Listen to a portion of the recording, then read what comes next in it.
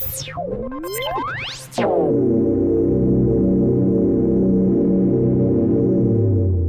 is your weekly report on corruption in the Philippine government.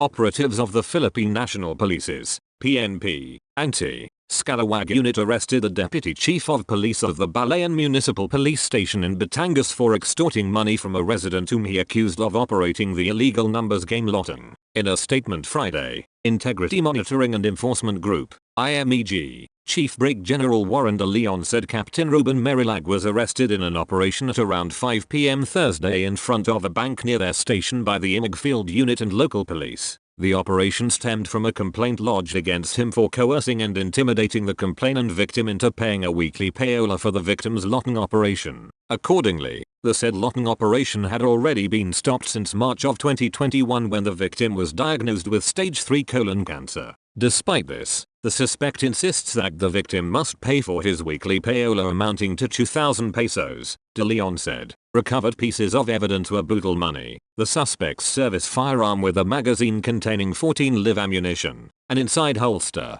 smartphones, a cap with artificial hair and a wallet containing cash, and the suspect's PNP ID. The suspect is now under the custody of IMEG headquarters at Camp Crame, Quezon City for investigation and proper disposition.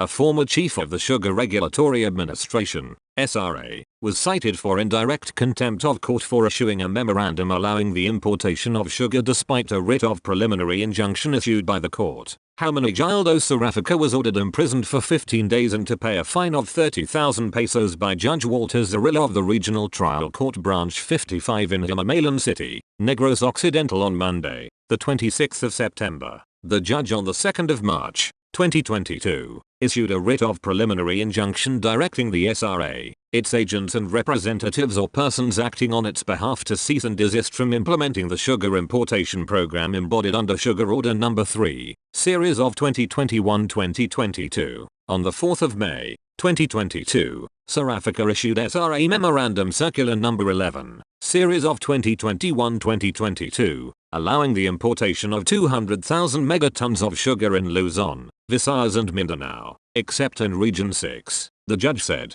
Sarafica willfully disregarded and manifestly disobeyed the writ of preliminary injunction when he issued Memorandum Circular 11, the judge said.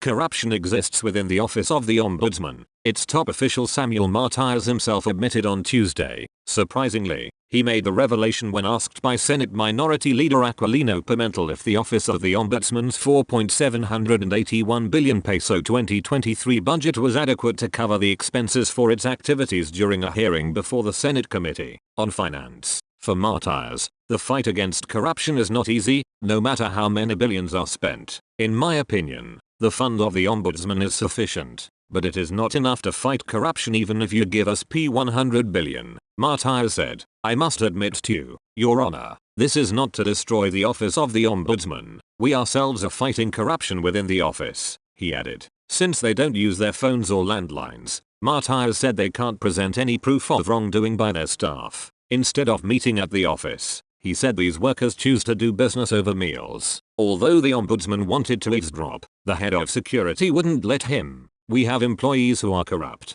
The problem is that we cannot find concrete evidence. I did everything I can, Martires lamented. Martires also stressed that their office had forgotten its program that aims to address the causes of inefficiency and red tape. Martires, appointed by former President Rodrigo Duterte, earlier said that it is nearly impossible to cleanse corruption in the government.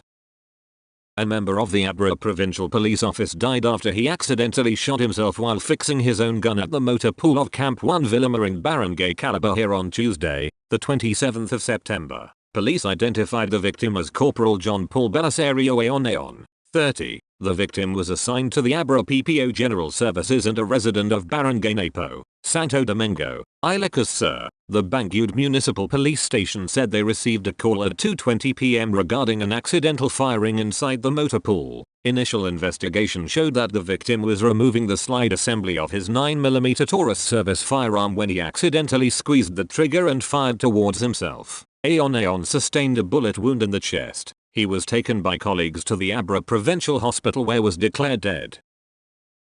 The Supreme Court has upheld the conviction of a former mayor in Leyte for allowing members of the Association of Barangay Councils to hold illegal cockfights. Charita Chan, who served as mayor of Babangan Town from 2007 to 2016, was found guilty for violating the Anti-Graft and Corrupt Practices Act. She was meted imprisonment of 6 to 7 years and disqualification from holding a position in the government. The High Court said Chan issued a permit in favor of the Liga NGMGA Barangay, allowing it to hold cockfighting in a licensed cockpit every Saturday. Under Presidential Decree 449 or the Cockfighting Law of 1974, and Municipal Ordinance No. 281, cockfighting in a licensed cockpit shall be allowed only on Sundays, legal holidays, during local fiestas, agricultural, commercial or industrial fairs, carnivals, or expositions in the municipality for not more than 3 consecutive days, and upon a valid resolution passed for that purpose. In its 12-page decision, the SC's First Division ruled that by issuing a permit for a cockfighting event on the 13th of April, 2012, Chan violated PD 449 and Municipal Ordinance No. 281. 15 appointees of President Ferdinand Bongbong Marcos Jr. were bypassed by the Commission on Appointments, CA, the body said Wednesday, according to Senate President Juan Miguel Zubiri, who serves as CA chairperson. The body failed to tackle the appointments of the 15 due to lack of material time. The first regular session of Congress is set to pause from the 1st of October to November 6. There was a lack of material time. If we pursued Secretary Tulfo and Bonon, we would have finished at 7 p.m. and would have started the Senate session at 7:30 pa. Hindi Puijian. We cannot also sacrifice our work in the Senate, Zubiri said. According to him, the 15 bypassed officials would have to seek reappointment from Marcos. All the secretaries, who have not been confirmed, will have to seek a reappointment by the president as they would all be considered bypassed, Zubiri said.